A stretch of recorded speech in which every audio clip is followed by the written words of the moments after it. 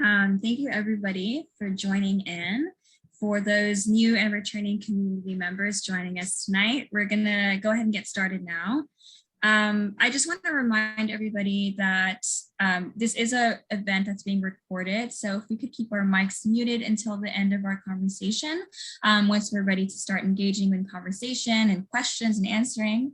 If anyone has questions or comments throughout the presentation, please feel free to use the chat function because we will go ahead and address those questions towards the end of the conversation and presentations to address any questions and suggestions, comments as we start our conversation, continued conversation. I also want to remind everybody that we are recording this conversation on Facebook Live as well. It's being streamed as we speak, and it will be available for later viewing, especially for anybody who wanted to come on that couldn't right now. It will be recorded. And if anyone does not want to be recorded, we do invite you to turn off your cameras at this time. And so anyone who's new joining this event tonight, Sarasota Strong, we are a growing group of Sarasota County neighbors committed to learning about trauma and responding to its impact within the community. And throughout the pandemic and everything moving to virtual platforms, we've been able to reach a national and even international following of supporters. So really excited to have everybody on here tonight. I myself am tuning in from Miami. So it just goes to show how we're willing and able to spread this mission online too. We are dedicated to promoting community-wide trauma awareness through healing, education, action, and leadership. And our vision is to create a community that cares for itself. So what can you do? You can be a part of this conversation. This is the first step of joining our wonderful community forums like this one. And in this way, you can be part of a trauma-informed resilient Sarasota. You can join a working group or even register for a workshop or training found on our website, www.sarasotastrong or srqstrong.org. You can even email our Sarasota Strong administrative email to sarasotastrong@gmail.com. And our topics are driven by the community. That means you. And you can feel free to email us and talk about any conversation that you'd like to see happen. And we will definitely consider that for future community forum conversations. Tonight's conversation is about addressing and preventing trauma across generations. I think it's an important topic of conversation to learn about, especially as trauma can be passed from generation to generation. And this conversation specifically will address on ways to how to interrupt that cycle.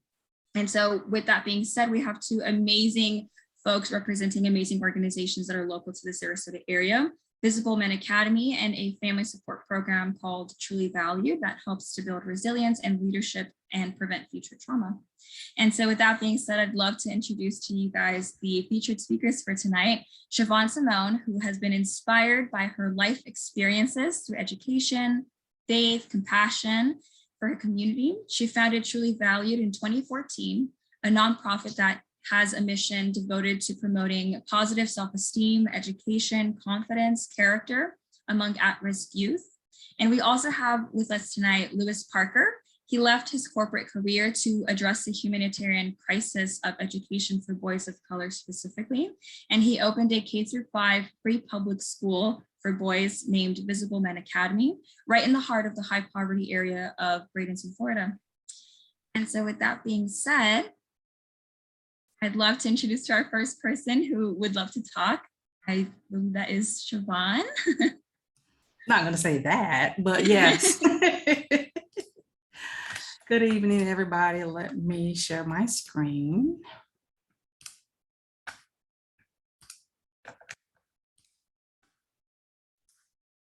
We are here this evening. Again, my name is Siobhan Simone, and I would like to thank you for allowing us to share some of our experiences in addressing generational trauma. I founded Truly Valued in actually 2014 while I was working at the Sarasota YMCA, and we received our 501c3 in 2016. And our mission is to promote positive self-esteem, education, confidence, and character among youth and families. And our vision is to see our communities flourish by providing our youth and families with the tools that they need to be successful and productive citizens. And Truly Valued, initially we started serving at-risk girls in Manatee and Sarasota counties. However, in 2021, we decided to expand and serve youth of all ages and parents through our Nurturing Families program. This has been a huge success. We have served about 54 parents through our Nurturing Families program, and we have our certified facilitator who will provide some information coming shortly. Here's a list of our collaborative partners: Manatee County, Sarasota County Sheriff's Office, Sarasota Police Department. We work with Robert L. Taylor Community, Echo Love Enterprises, Department of Children and Families, Sailor Freedom Community AIDS Network, Sarasota County Health Department, Booker Middle School, Booker High School. Though this is not an extensive list, but these are some of the providers that we use and partners that we use to provide pro bono services. We receive referrals from them.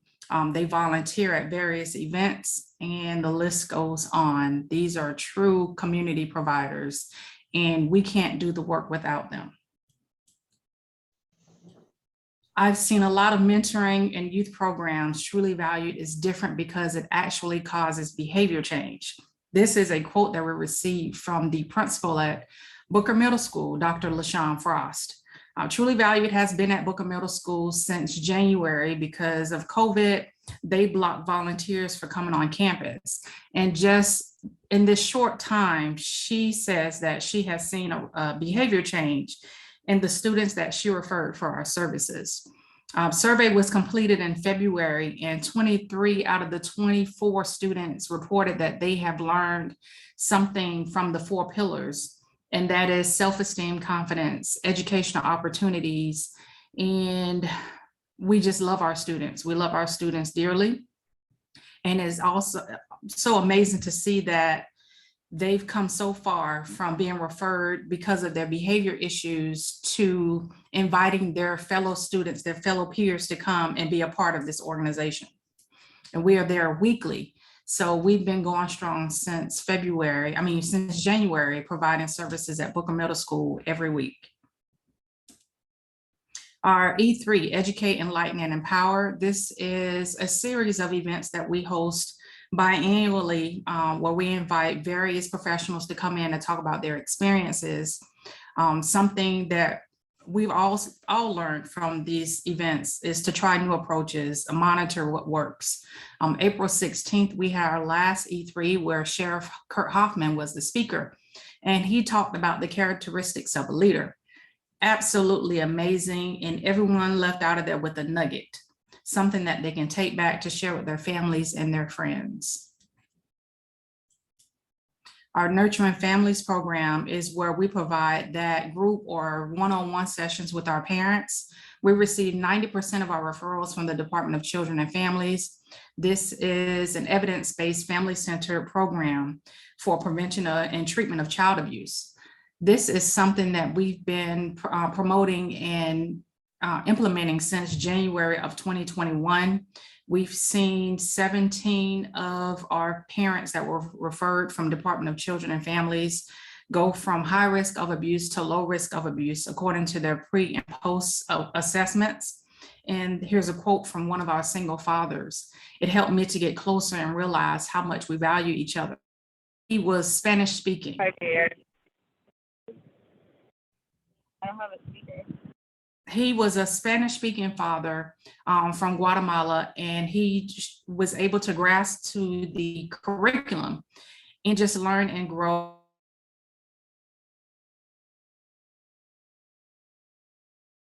Where they're going to have sessions. So he was engaged and he wanted to be present and wanted to participate in this program. So I would like to introduce Leslie Harrell. She is our certified Nurturing Families facilitator. She has been facilitating since 2021. She's received her certified life coach through Christian Leaders Institute. Our facilitators, they go through certification annually. This is also a Circuit 12 approved curriculum. So I will like to pass the mic on to her. Leslie. Well, good evening, everyone. And it is truly an honor to be with you tonight and also to serve with truly value. Siobhan is very modest, and the lives that she changed and the work that she does is unfathomable. We are just so fortunate to have this program with our Nurturing Families program, where we get to see parents change their lives. Another thing that Siobhan is modest about is that she is my daughter and she's my boss. So I am definitely double honored to be serving with her. Our families are already going through so many changes and so many things because they are going through the system. If anybody knows what it is to go through the DCF system or having trauma where abuse has occurred, these families are already beat down enough.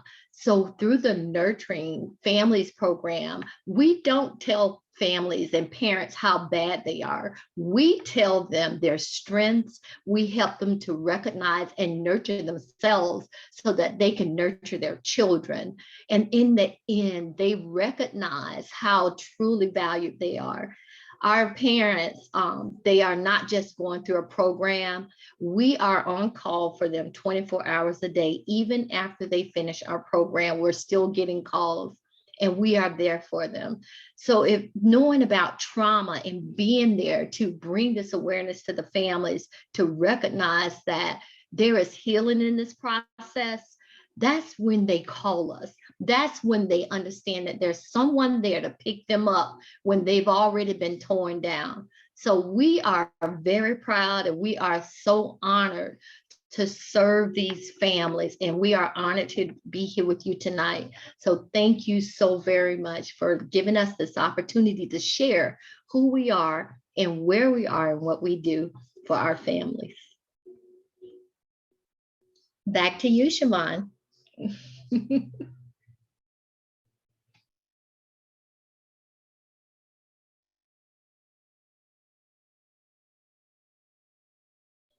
Unmute yourself.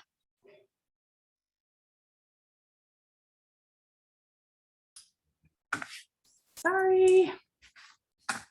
It acts up. So if you would like to learn more, please visit our website at trulyvalued.org, or you can find us on Facebook at Truly Valued, and we are also on Instagram.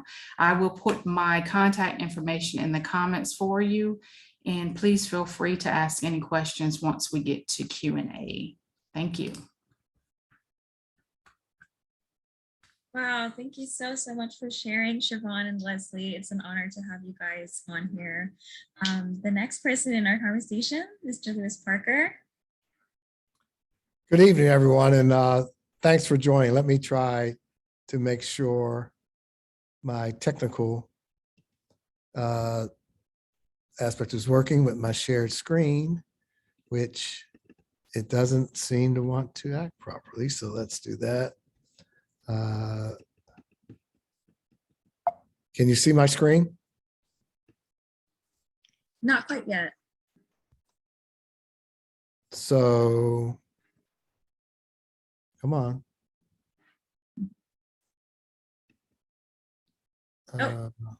Still can't see it? Yes, now I see. We see. Now you see it. Okay. Well, let me go back. What did I do? Okay. So, all right. Can we see the screen? Yes. And you can hear me? Yes.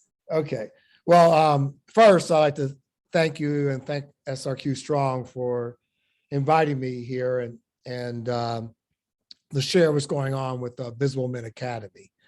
And I would also start with saying Siobhan is unfair. She didn't tell me she was going to bring her mother. So you stacked the deck on us tonight to bring in the first team. So, but that was quite impressive of what you shared, Siobhan and Leslie. But going to the next screen. Well, first, it's, as I said, we're Visible Men Academy. We say we are streaming because we're focused on science and math, which is a transition we're having this year. And the R is for reading. So we're very focused on reading as well. We were founded in July 2012. We opened in August of 2013. We're all boys. We usually have approximately 100 students with a capacity of 120. COVID has hit us quite a bit this year, down to about 80, but we fully expect that we are going to be at least 110 next year. We are located in Bradenton in Pride Park. However, we serve Manatee and Sarasota counties. We have a bus service to serve both. And we're actually looking to expand to Palmetto. Our mission is to provide boys with academic character, social education and a nurturing school environment. And we'll see a little bit of how we do that. And we, from day one, when we opened the school, we had a 2-generational approach. And in our second year of operation, we were recognized by the Ascend Network of Aspen Institute for our 2-generation approach, because we service the student as well as the family. I would like to share a 5-minute video that will give you a better view of Visible Men Academy.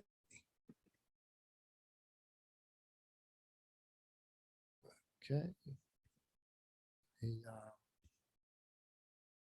Do this, do that, and here we go.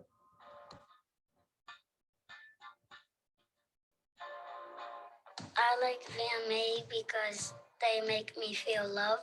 As Dean of Students, I am responsible for helping establish a strong culture. I am responsible for supporting students in the classrooms, making sure that they are seeing the best of themselves. Here at VMA, we know that our students have light within them, and we want them to showcase that to the world. So we often say as a motto, to let their light shine on. Shine stands for selflessness, honesty, integrity, niceness, and excellence. And these are the values that define our school. And these are things that our students practice on a daily basis. As a board member of Visible Men Academy, my vision for the community is that every young man who crosses these steps walks away with the confidence, the self-esteem, and determination to further their education. Their experience here can motivate them to continue to strive, knowing that whatever they came in here with, against the odds, they're walking away with the tools to achieve and just be better human beings. I came to VMA and heard about VMA through a colleague in Sarasota.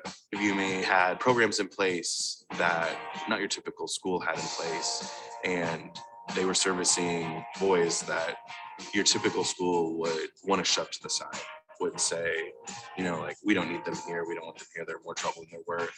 And VMA was open arms, like, no, we'll take you, we want you.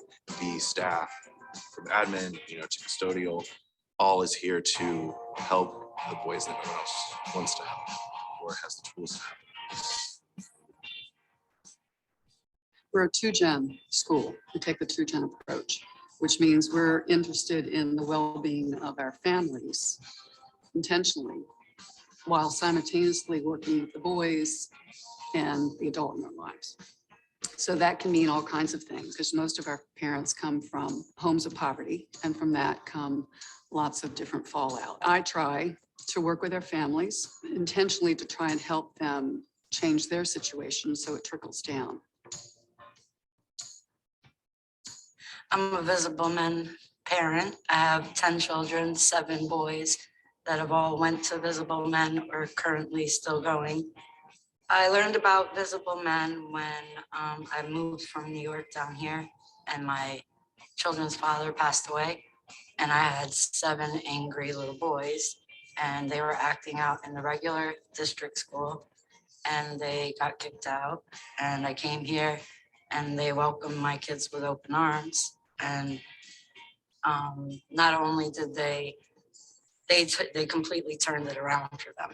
They went from being behind in school and being angry to being adjusted, learning how to deal with their anger and coping mechanisms. And they not only caught up, but even excelled a little. You can just see the difference it made in my boys' lives, them coming to the school. Our boys come here with a backpack of trauma that's been coined by my principal. And it's so true. They don't feel like they have control of anything. They think life, everything's been done to them. And a lot of them don't come from great home environments. We're teaching them to be great leaders. We're teaching them to be great fathers. We're teaching them to be great husbands. All of those things that build character and make you not only just good in academics or smart, it makes you a visible man. The biggest challenge I had when I first got here was where are the students at academically, assessing the students. Once I figured out where the students were, then assessing the teachers. And then from there, being able to provide a framework for us to be successful. I put steps in place in order to help the students become literate on the iReady test, looking at where those students are and meeting them where they are in their education, providing that personalized education. And in December, we saw 100% growth in the iReady diagnostic test for reading. 65% of those students grew in the reading category, 2 grade levels. It was amazing. And the most important thing that we saw was that the students' confidence was boosted. If we provide the proper foundation, we're going to be successful. The sky is truly the limit. DMA.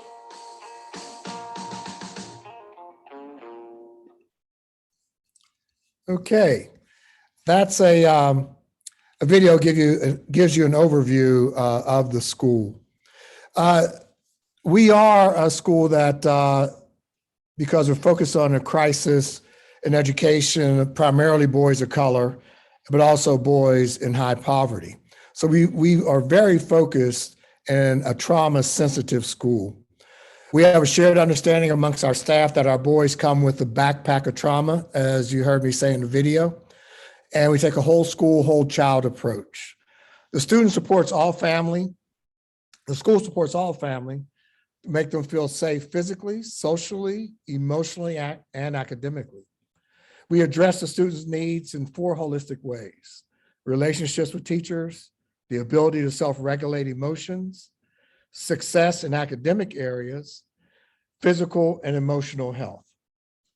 We provide opportunities for newly developed skills to restore feelings of security, changing the mindset, what can I do to fix this child, to what can I do to support him to help them feel safe and to participate fully in our school community.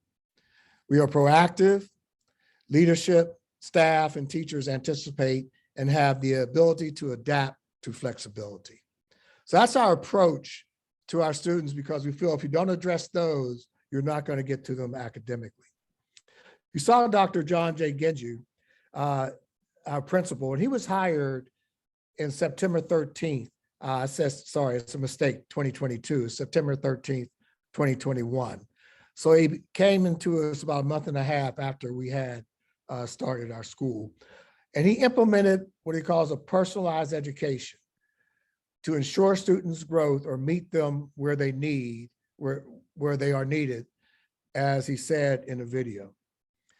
Our education model is twofold. One, we focus on character development. And you heard in the video, selflessness, honesty, integrity, niceness, and excellence. Those are things that we measure every single day and that we teach our boys.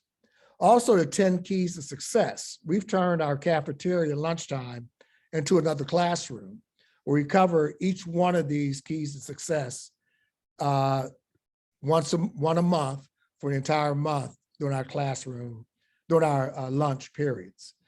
So that gives them and gives everybody and the students, now they're comfortable enough to learn.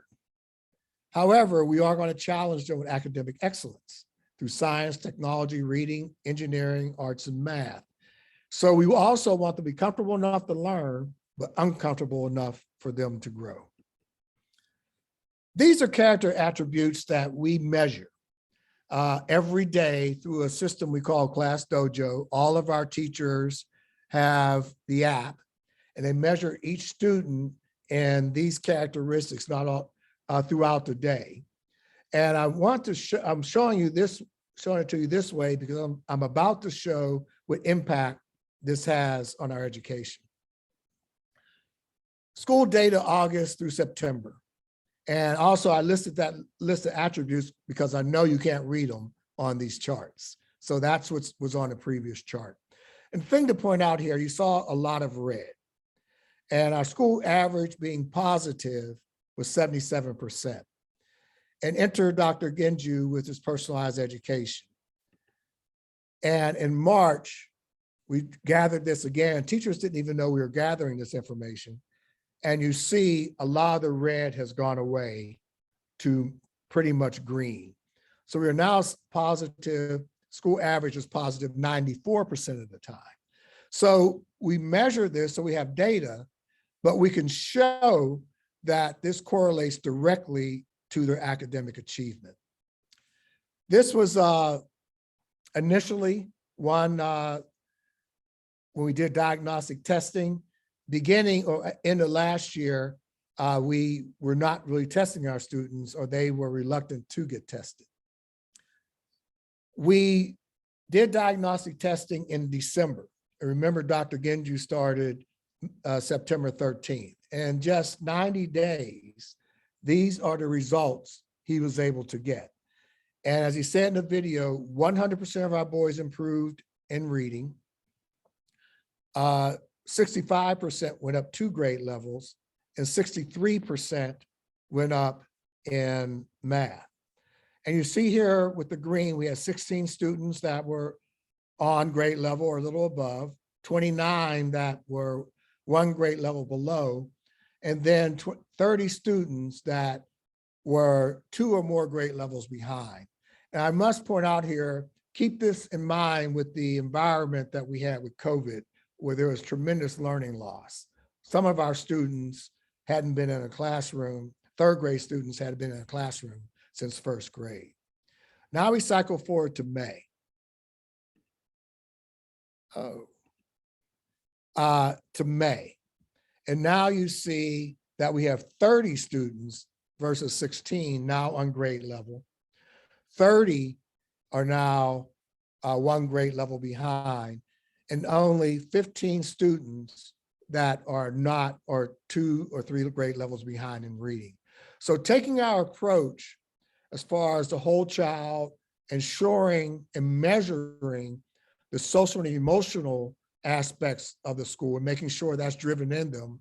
And when you do that, it directly correlates to their academic achievement. And let me point out, I pulled a few students just to show some of the growth. And we looked at, these are actual students. We saw a diagnostic in September, and the parentheses shows what grade they're in today, the school year. First student was at grade level 1 in September. He increased to grade level 3. And in May, he's still at 3, but you see he dropped a little bit in his points, and we're trying to get him up to 600 in a pointing system. So even though he dropped, we still are pushing him to get a higher score. So we don't give up, and we don't have 100% success in getting everyone to where we want to get them, but we do push them. Next student is a 3rd grader. In September, he is reading at a kindergarten level. December, he is reading at a 2nd grade level. In May, he's reading at a 3rd grade level. Next student is in 2nd grade. In September, he is reading at a 1st grade level. And by December, he is reading at a 2nd grade level. And in May, he's reading at a 2nd grade level as well. And you see the increase in his points that we measure. We're trying to get him to 550. Next student, 3rd grade, started out at kindergarten level. By December, he was grade in 1st grade level, and now he is at a 3rd grade level and continues to improve. And lastly, another student that's in 4th grade.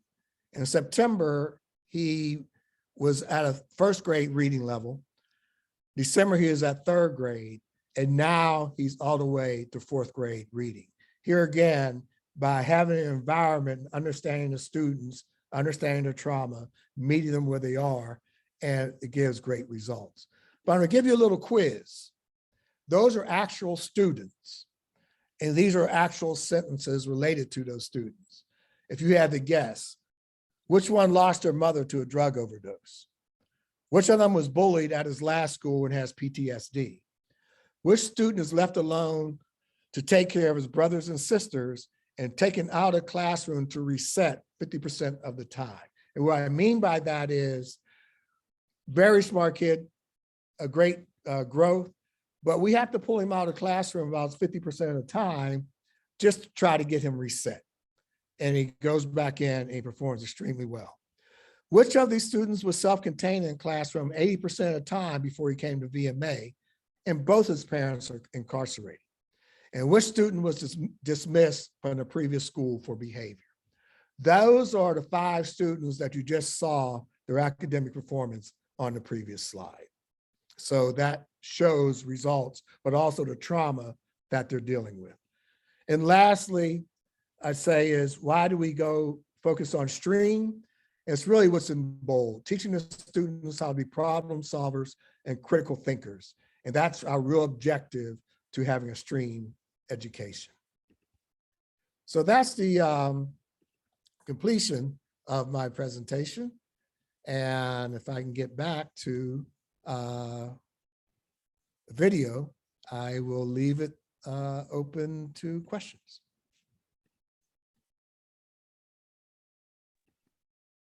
If you just want to hit stop share, and That's then we right. can, Okay, there you go, there we there go. he is. Told you I'm technically challenged. No, you did Okay. a wonderful job. Thank you so much for sharing, Louis and Siobhan as well. I think this is a great time to start early with any questions that folks might have.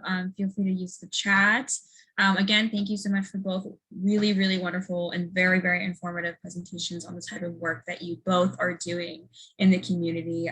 It is important, it is necessary, and it addresses so many important things that I think are meaningful and that make a difference. Yes, now's a great time. Anybody in the chat, you can also feel free to unmute and ask these people yourselves. Anybody? Yeah, anyone feel free to unmute yourself or raise your hand. We have a couple of great works and thank yous in the chat there. So I think everyone is, oh, we got a hand raised here. Andy, do you want to turn your mic off and ask whatever question you'd like? I think my mic is on. There you are. Yes. And I have a whole bunch of questions, but I'll just start with one for Louis, and it was it came up in that last slide that you put up, Louis. It came up for me. I've been really concerned about how the Sarasota School District handles discipline in our public schools, and to my opinion, too many children who end up restrained or secluded or other coercive disciplinary practices, particularly children of color. And I'm wondering, what is your approach to discipline, and what have you learned through thinking about trauma as you work with kids with behavior problems in the classroom? Thanks for that question.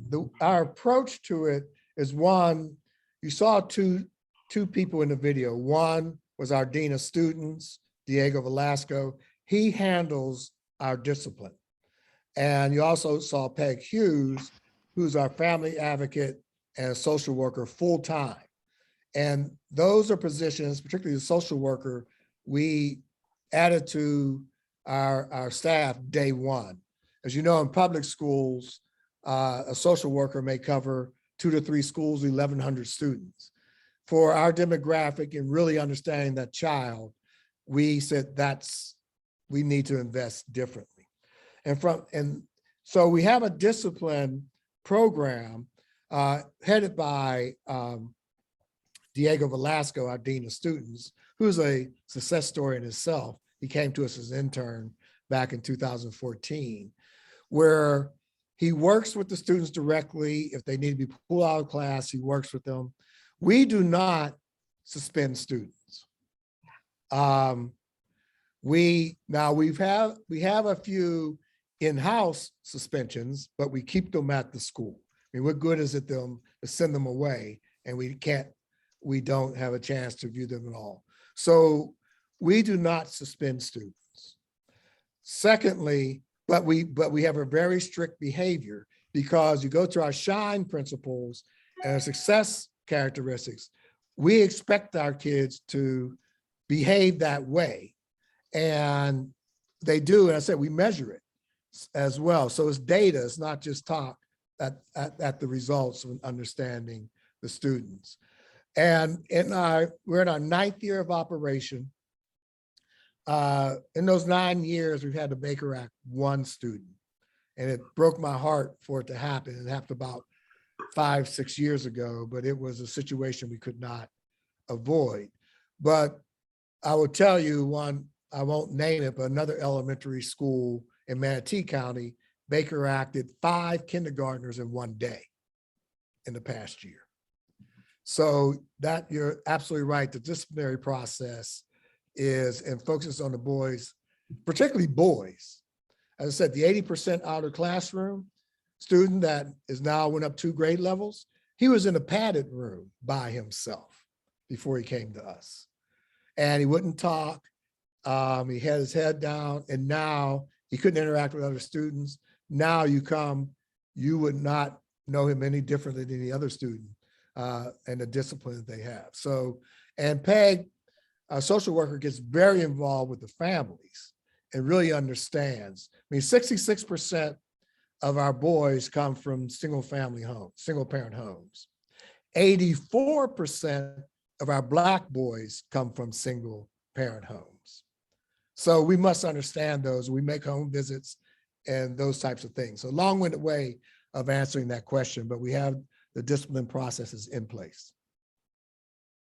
Thank you so much. That was a wonderful answer. It's a wonderful approach. I just wish we could spread that kind of thinking a little bit farther, but maybe we'll talk some next month about that issue. I'll let somebody else ask some questions now, and if there's time, I'll get another one in later. Thank you so much, Louis. You're welcome. Andrea, I see your hand up, and then Henry will let you go after Andrea. Thank you. I just wanted to ask both of you about your funding. How are your programs supported? Is it mostly grant? You know, just kind of tell us a little bit about that.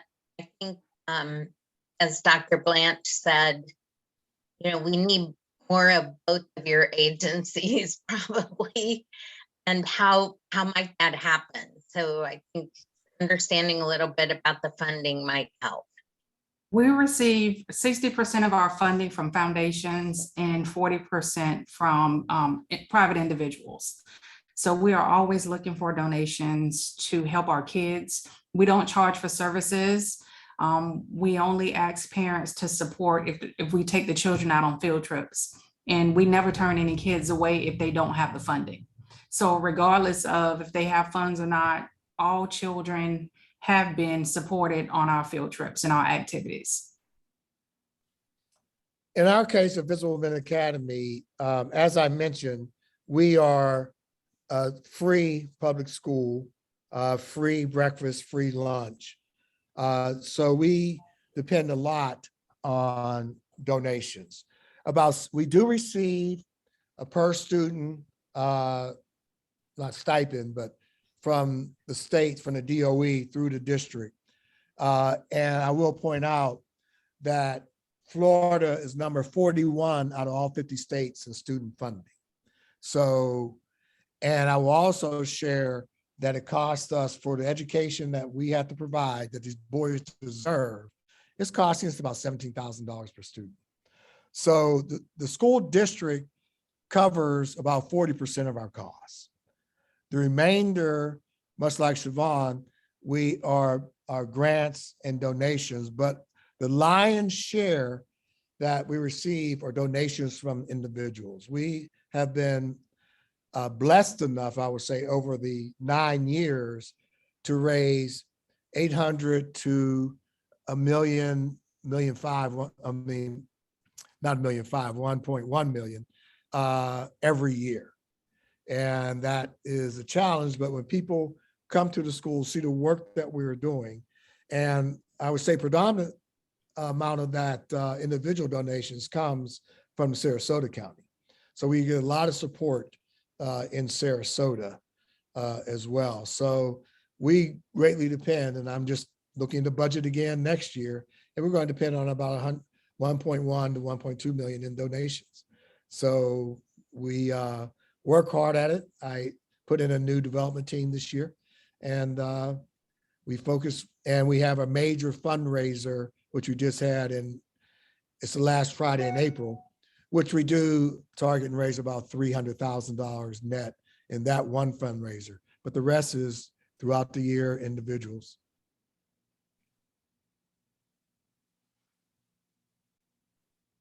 Thank you. Thank you both. That helps give me a picture. And I would add the community foundations are a big part of that as well. Sarasota Community Foundation and Manatee Community Foundation, and which are individual, they're managed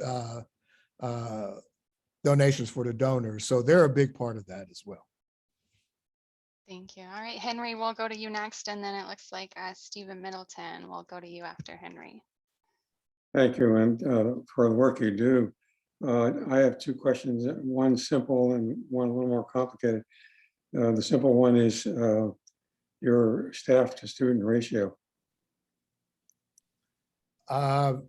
We would be do a quick, it's usually nine staff and teachers to student ratio when you add the staff on. Our classrooms are maximum 18 students. Fourth, fifth grade, they're 22 students. But it's nine staff members per student. Yeah, I'd have to assume that's part of your secret of success, to be able to just be close to all the students. The other question I have is when you're talking about, let me put it in prep school terms, what's your admission process? Did you go to a prep school? Is that what I did, as a matter of fact. Where did you go? Deerfield. Okay, I went to Andover. Okay. And for those, that's two great New England prep schools. We actually do not have an admissions process. We have an enrollment process. So because you are a free public school, and we have guidelines that the students have to be able to stay in a classroom at least 80% of the time. If the behavioral problems are more severe than that, we can't take them. And I must point out here, we're not a school for troubled boys. We are a school for all walks of boys. So it really then becomes an admissions process, and we have to accept every student that meets our criteria up until our classes are full. And then it goes to a wait list, and that's a lottery. So yeah, that's, to put it in, so it's different from prep school. But one thing I will admit, and I'm sorry for making this sidebar, that's why I do what I do. I'm from the inner city in Pittsburgh. My father couldn't read and write. And I had a great education starting with Phillips Academy Andover. And I see the difference the education makes in somebody's life. And these boys were just like I was when I was growing up. Thank you.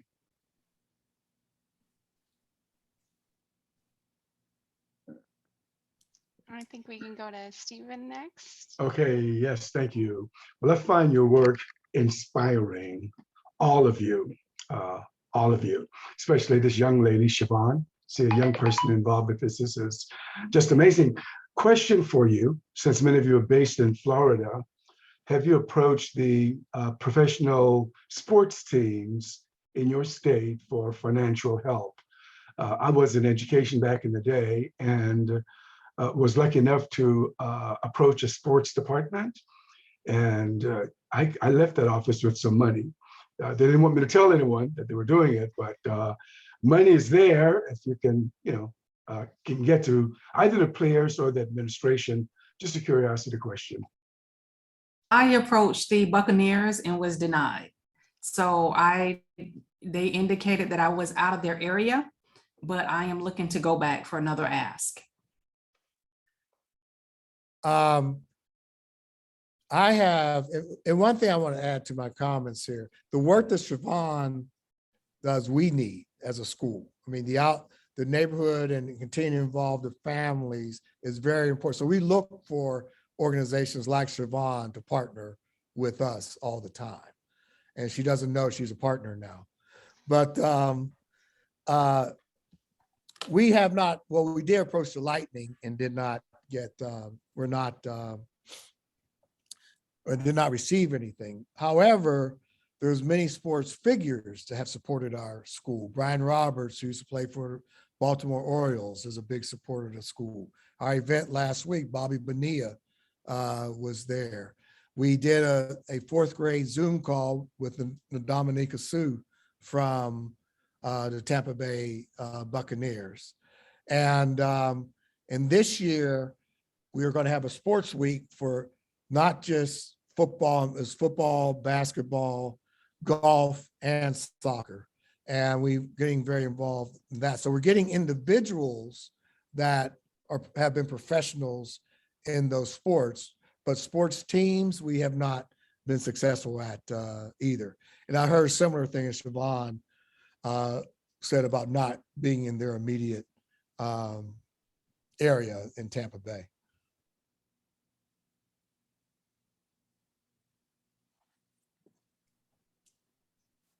That's a good idea. We'll keep pursuing. Liz, I think you had someone else ask a question you wanted to bring up. Yes. So Andres is asking specifically for you, Louis, about Dojo Classroom, I believe. He works in the school system as well. And he's wondering, does Dojo not make students too focused on their behavior, particularly poor behaviors? And he says he personally leans away from it because he feels it doesn't address or fix the root of the behavioral issue. What are your thoughts on that? I don't think it impacts their, I don't think it impacts them in that way. It does impact them in a way that we have data. And one of the things I strongly believe in, and so does Dr. Genju, is data. We have to have data. But as I mentioned with the class Dojo and the charts I was showing, the teachers didn't even know we were pulling this data. So we did that in September, then we did it again in March without the teachers' knowledge of what we were pulling. So they stayed true to their evaluation of the students. And you see, we have a lot of characteristics. So, and we certainly use that as input for disciplinary concerns. If we see a student that's chronically not doing their homework, or things of that sort, chronically, late, that's not necessarily their issue, but not participating in class. And the teachers are it's really the teachers, not the staff, it's really the teachers are very involved in helping them with that. So as I said, we use that data because as you see, it's not just them focused on their behavior, but you see it directly translates into their academic performance. We have data to show that improvement in behavior relates to great improvements in academic performance. I agree with that because based off our observations and discussions with the school personnel, our students have also improved their academics because once we address the behavior issues, they're in school more. And with them being in school, they're paying attention, they're getting better grades. So we've learned that also when our kids are out of school, they're not learning. But once we address the behaviors and that self-esteem and that self-awareness, it improves their behaviors, which they're more in school and paying attention. Yeah. And we, one of the SHINE attributes that I talked about, self-assist, honesty, integrity, niceness, excellence. Every Friday, we assemble our boys every morning outside in the courtyard. Every Friday, we give out SHINE awards to students because they're teachers or us as staff. We see some students doing something that, is shining. Like one student shocked me one day, held the door open for me, and I said, "Thank you." He said, "It was my pleasure." And I said, that gets the SHINE award. And they accumulate them and get SHINE certificates every Friday.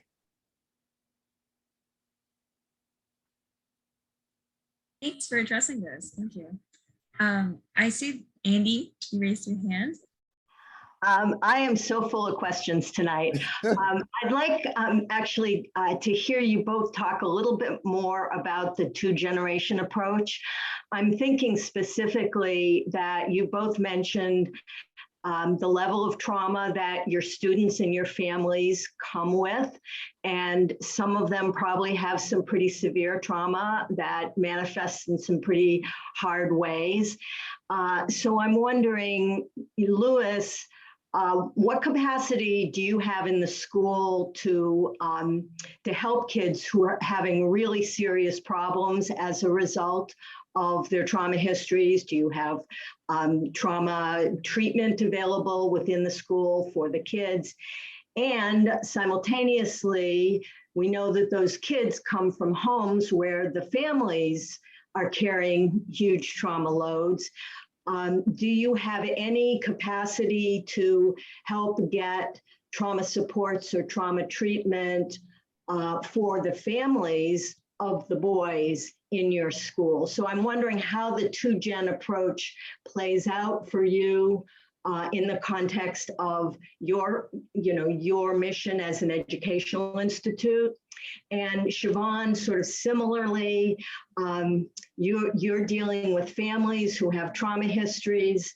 What capacity do you have to help get them into treatment and support if they're really having troubles?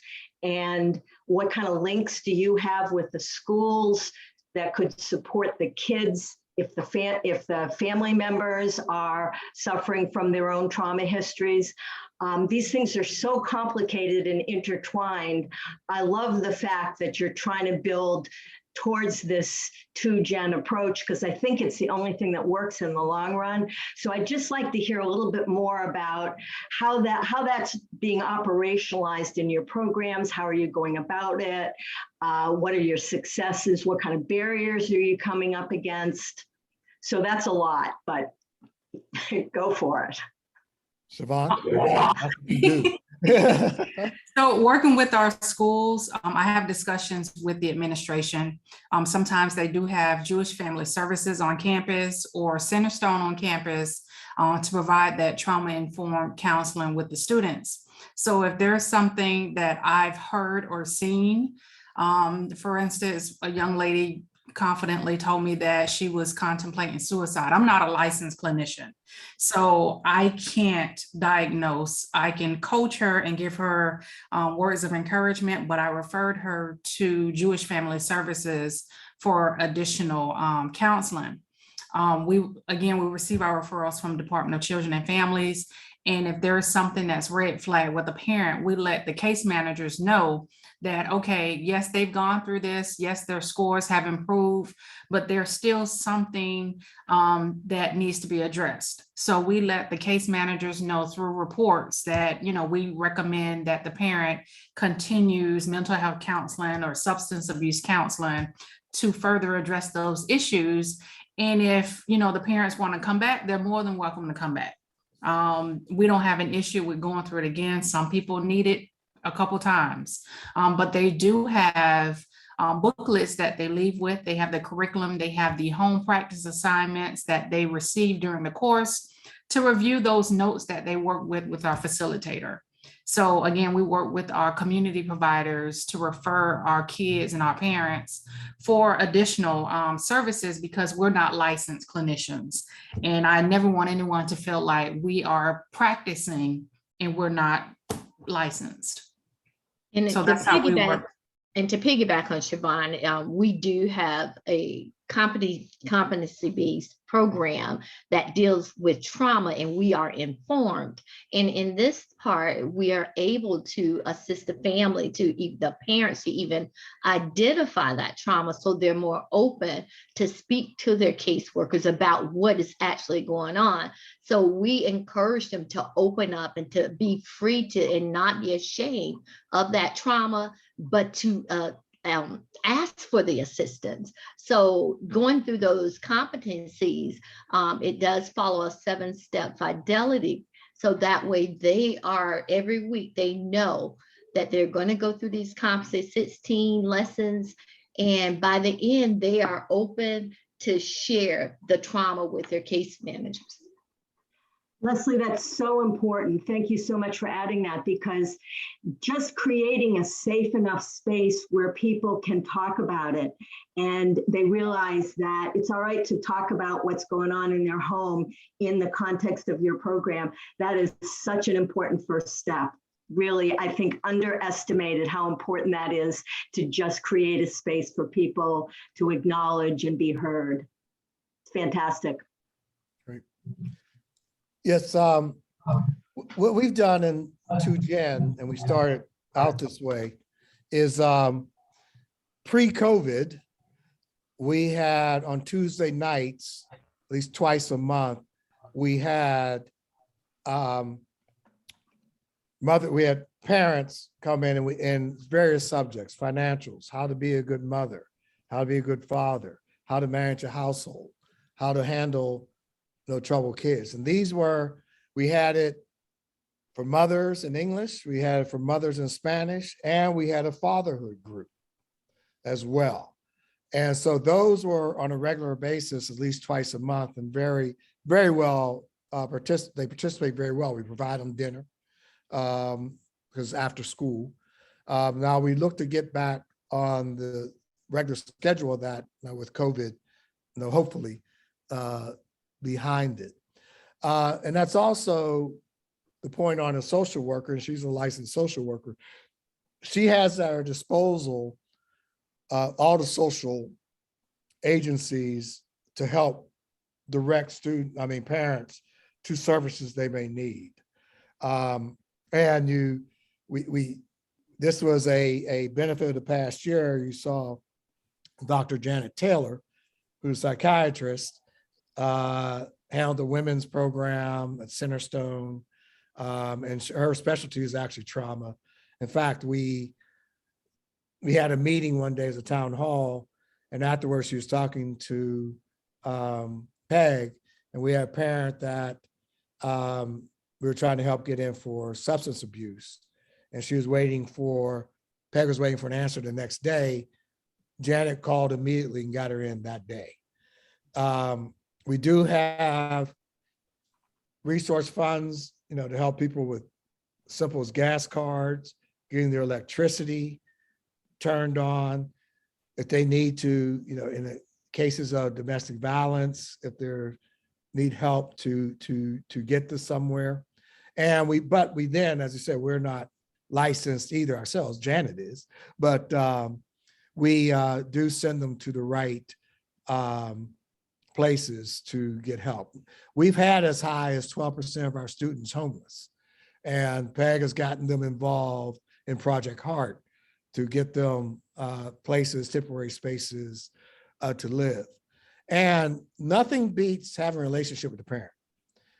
Our principal and PEG are out there in the car line every single day, morning and evening, talking to the parents, developing a relationship, but more importantly, developing trust. And when you develop that trust, it's amazing what types of things they come to us for help. And a lot of times just to get advice. So we stay very involved. And as I said, we do home visits as well. PEG has done many home visits.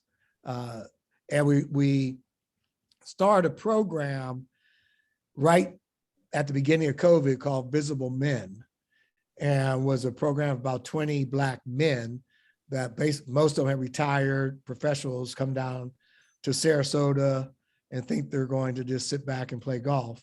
And we say, no, that's not what you're going to do. We assign them to households. They're expected to do family visits, supporting holidays and such. Now that, again, is one of those programs that got waylaid because of COVID, but we're going to start that one back up again in the fall.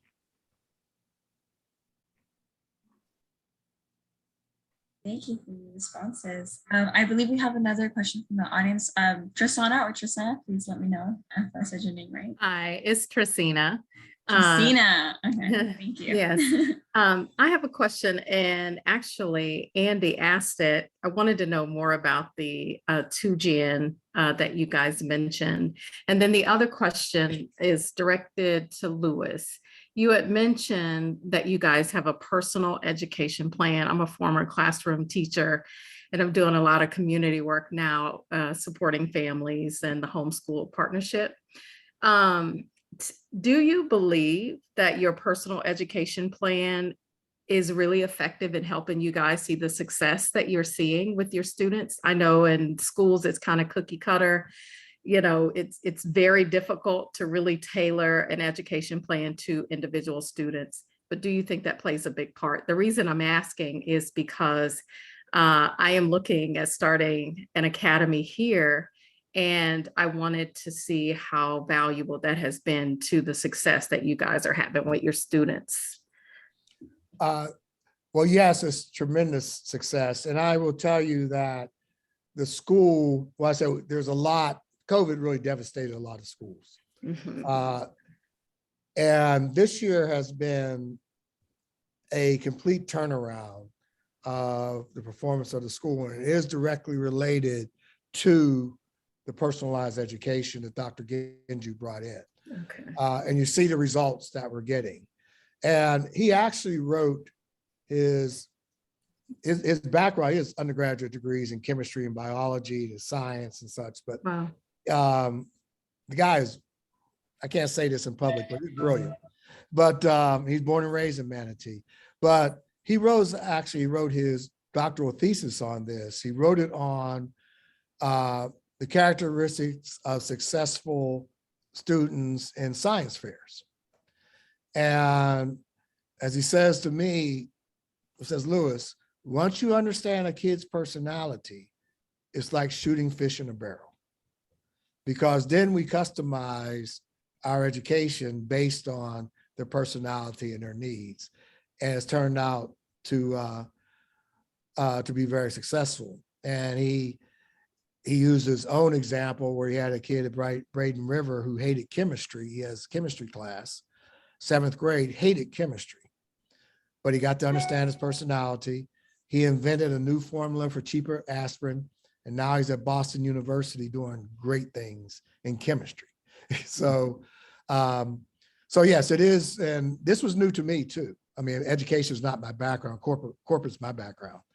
And when Dr. Genju shared with me how that works, we could honestly say that we have 80, curriculums, if you will, but we personalize it to each student. You may go in and see a 4th grader in a 2nd grade reading class, or you may see a 2nd grader in a 4th grade reading class. We do that fluidity as well. So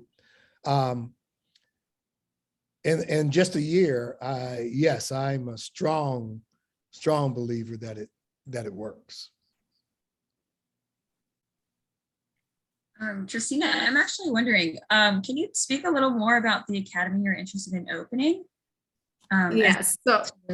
As a former classroom teacher, there were a number of things that I saw that just did not support student achievement. And I recognize that our federal government plays a big part in what schools are able to do and not do. So what I would like to do is start what I'm calling Virtue Academy, and it's very similar to what Lewis has.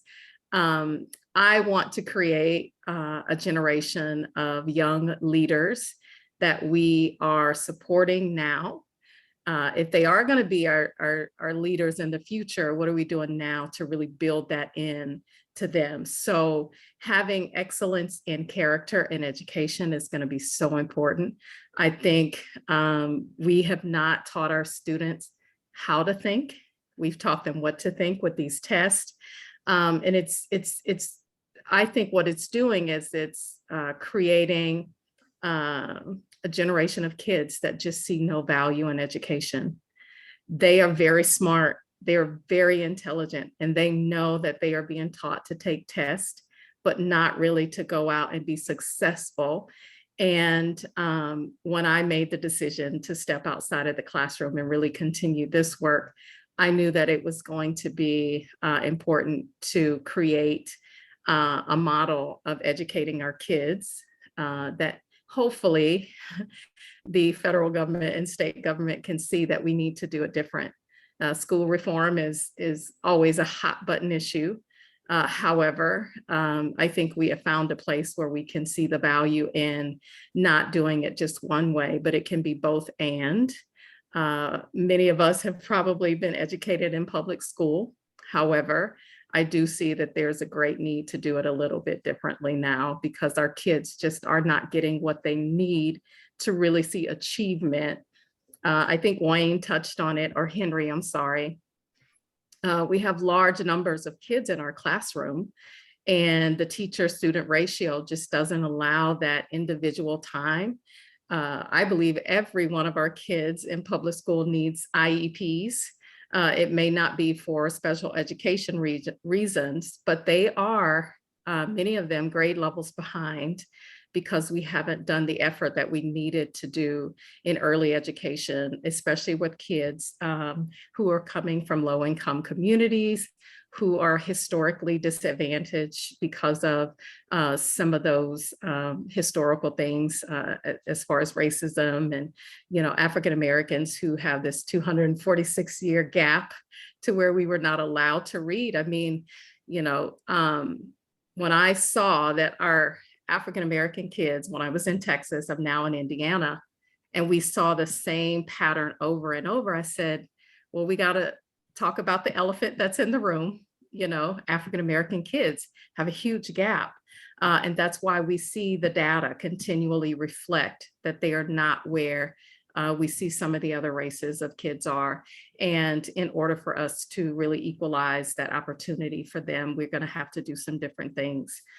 So Virtue Academy really is just an opportunity to start building leaders in our young people now, and not just when they are older in the future, and then also provide opportunities for them to have a voice in what education will look like for them. I just think it's so important. Yeah. Well, Tristina, I'll make a comment. First, you're in Indiana, but happy to help in any way that we can. Yes, sir. But I'd say that all for local. I don't look at other charter schools or such as competition. No, there's enough need out there. We need to multiply. And one thing about being a public charter school is they don't control our curriculum. So, and we insist upon boys reading books and seeing stories, people that look like them. Yes. Now, unfortunately, in the state of Florida, because it is social and emotional program. And unfortunately, in the past couple of months, when it comes to grants and such, we had to be a little cautious about how we use social and emotional. Because our governor has chosen that's not something they want to support, which is a shame. But that's what it is, because if you don't get there, they're not going to make it. And we are teamed up now with the organization called Take Stock, which has sixth graders, and they guarantee a scholarship to college. Now they have to see their mentor every week. They have to do good in school. They can't get in any trouble. I mean, there's roles they have to do through middle school and high school. But we've now teamed up with them for our fifth graders to go directly into their programs. And ultimately, they'll be college grads as well. But yeah, and a lot of it is exposing the parents. We have 11 students now that are attending a local independent school here called Out of Door Academy, which is arguably one of the top two independent schools in Sarasota, Manatee County. And they didn't even know it existed in the past. So they have to have that exposure. So that's great. Thank you for that, Louis. And I appreciate you just offering your support. It's very disheartening to hear that the state won't necessarily support SEL. One of the things that I did in Texas when I was still in the classroom is I advocated for us to have it in our district. Austin, Texas, I think was the pilot district in Texas, and they had wonderful academic gains, social emotional learning gains through CASEL. And one of the things that I told them when I went before the school board is I said, how can we expect students to bloom before they Maslow? We have to have some of those important aspects of what they need in order for them to produce in the classroom. And I think it's just going to take a lot of us collectively using our voice when it comes to policy, when it comes to our state representatives, to say we know what our kids need because we're in the classroom with them, we're doing the work. And it may not be easy, but it's definitely necessary and worth it for our kiddos to get where they need to be and have a good foundation to get there. And that's unfortunate. It's pretty recent that has become an issue. But the other thing I'll say, and I will shut up here, is that as I said, I had a great education, went on to a great career at General Electric Company. And people used to say, Lewis, you're living your dream. I responded, I'm not. Because when I was growing up, and I said, I was just like these boys, I didn't know any of this even existed. So how could I dream it? And we're very focused on our boys seeing the possibilities, out there. So that's awesome. I love the model. I'll be looking it up on the internet and trying to find as much information as I can. Thank you all for just inviting me. Yes. Christina, thanks for opening this conversation up to a different angle. It seems that a lot of what you're saying resonates with a lot of us here. So if you feel comfortable to do so and put in your contact information, and that way people who want to connect with you have a way to contact you. So if you can do that, and you're comfortable doing that, that'd be great. And Jerry, I see you have your hand raised. I was following on Facebook, but I had to jump in. Hi, Lewis. Great presentation. Lewis was one of the first people I spoke to when I came up with the idea of Dreamers Academy. Christine, it's a new public charter school.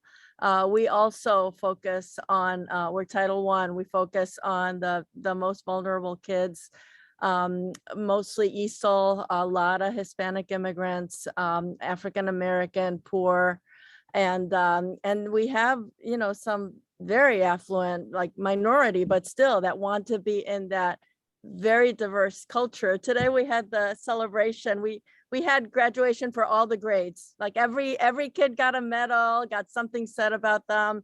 And I got to tell you, the parents were all there. It was just amazing. And the one thing that struck me is the diversity. Everybody was noticing that. It was like, every color, everybody was there. They were singing in English and Spanish.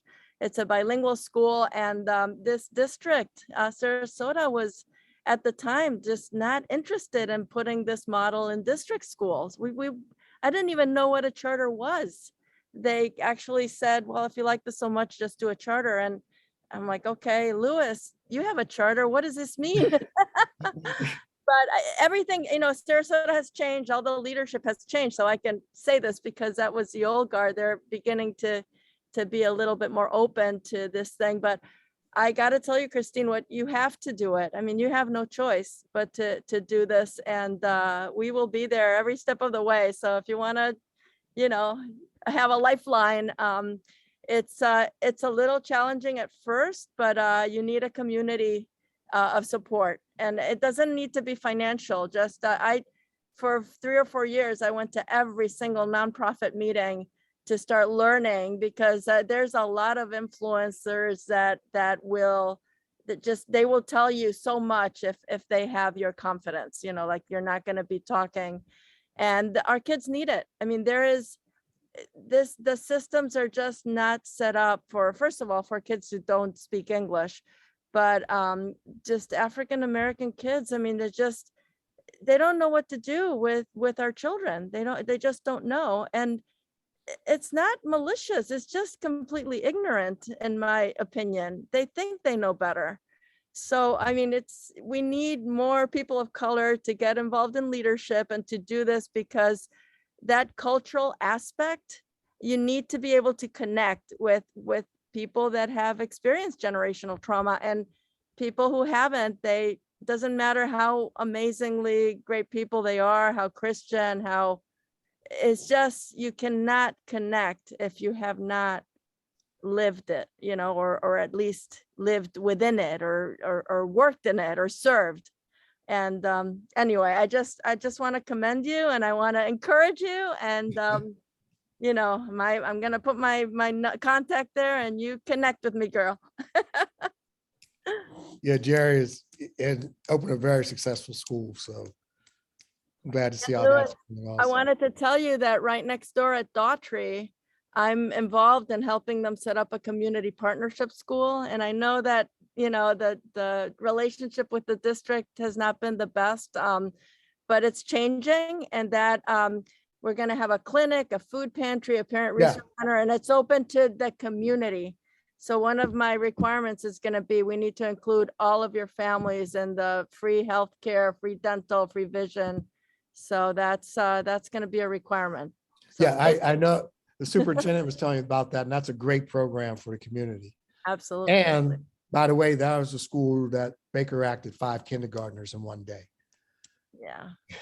Was that recent? I think it's in the past year. Oh I have my to ask God. Dr. Taylor. Yeah. Yep. Things need to change. Great presentation, guys. Thank you. Earlier, I saw William and Tiffany, y'all had your hand raised. If you still have a question you'd like to ask, now's the time, now's the space to do so. If you still have a question, I know this conversation has been going back and forth, and so some of those might have been answered, but just in case. No, I just wanted to say that I really enjoyed everything. I really did. Siobhan Lewis, awesome presentation. Just honored to be in the number, and you see that it takes all of us to, be advocates, to stand in the gap for our youth and break that generational cycle. So I'm just honored to be here this evening. Great job. I'm so proud of you both, and just look forward to talking to you all in the future. Perhaps, you never know, working with each other. You never know how it goes. So on behalf of More Life, I'm glad to be here. Thank y'all. Thanks. I think I'd love to suggest for anyone who is local to the Sarasota area, we will be having a follow-up conversation, very much like the structure, on June 27th, I believe, at Community Bible Church in Newtown. Same time from 6 to 7:30. So just really quick, it'll follow the same structure. Lewis Parker and Siobhan Simone will be there. Myself will be there. A lot of us who are here today and tonight will also be there. So if that's something that interests you, I invite you all to consider attending. It's going to be an amazing evening, and I think it's one of the first few comeback events, from a really hard time of COVID and being fully remote and fully online. Just a nice little moment to kind of come back and reconvene together in a safe way, but also productive and open to this type of conversation and interactions that are so important for our community, and in order to heal and in order to connect with each other. And anyone local, I invite you to come do a tour of our school anytime you like. Wonderful. Thank you. That's awesome. What am I doing? We still have some time tonight together. Would there be anything that anyone want to talk about, even from a personal? It doesn't have to be a question. It could also just be a personal comment as it relates to topics like generational trauma or this 2-gen approach to even addressing it and stuff like that. Maybe in your own home, your own family, your own community. What has that been like for you guys?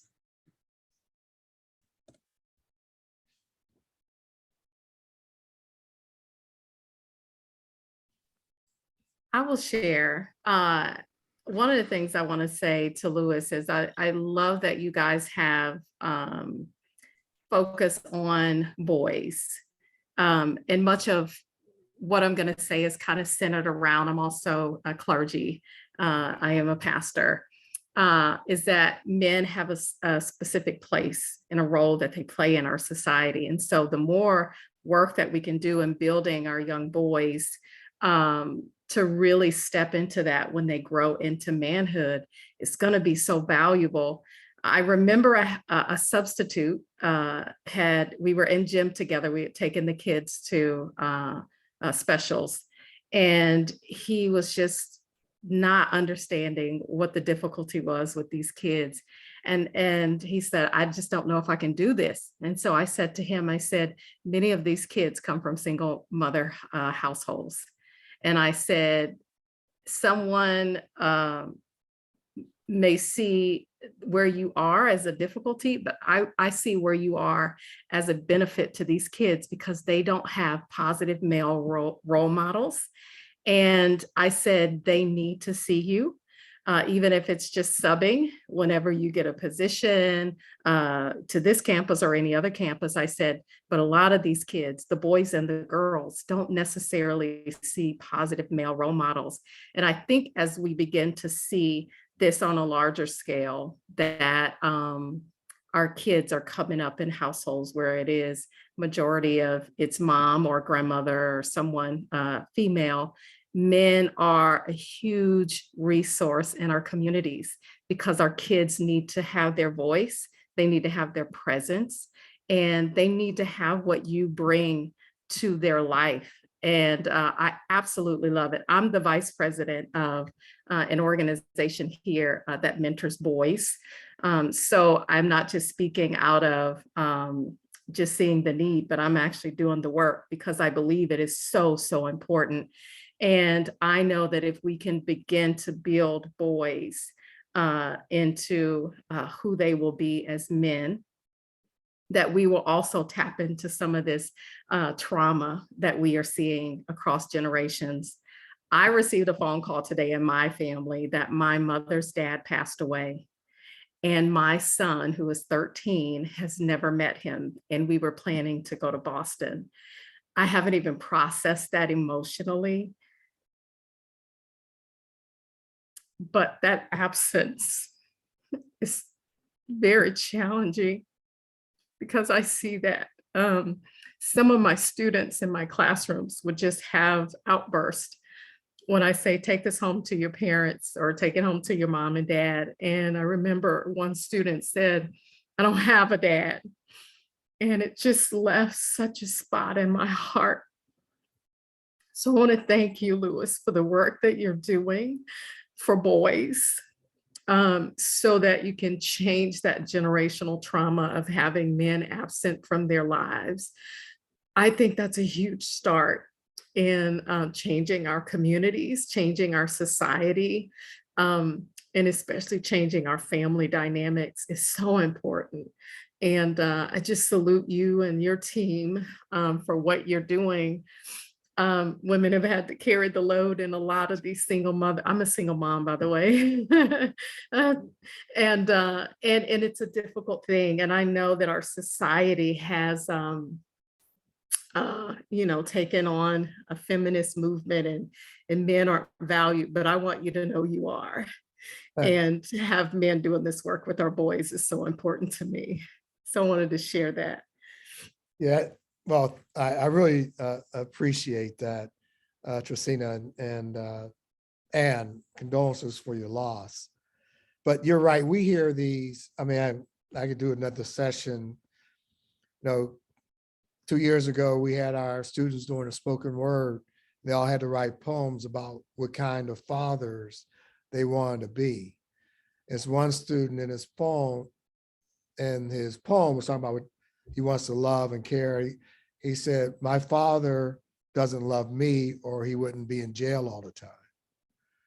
Or we had another fifth grader a couple of years ago, and we got in touch, well, long story, but we got in touch with his mother and such, and because he was quiet, and they asked him how he was doing. And I focused on him, and he's doing very well, but she shared the story that he'd been acting up a lot because his father's in prison and he wanted to act up so he can go in prison with his dad. But I'll share a good story. I'll end up on a good story. One of these students, that examples I shared, who was in the padded room, and I'm gonna get in trouble with this one. So, but he was in the padded room, same kid that advanced a couple grade levels. He's with his grandmother, and she's very involved. In fact, she spoke at our event. And they were coming in late. They were coming in one day, and the two of them, and I was talking to her, and she said, well, he knows the Lord. And I said, that's right. I didn't know that. She said, yeah. In the car on the way home the previous day, he said, Grandma, can we pray that I get to 3rd grade level on my test? And I went up to him, I said, look, I said, I'll pray with you anytime you want. I said, don't tell the school district, but I'll pray with you anytime you want. So you have to be there for these boys.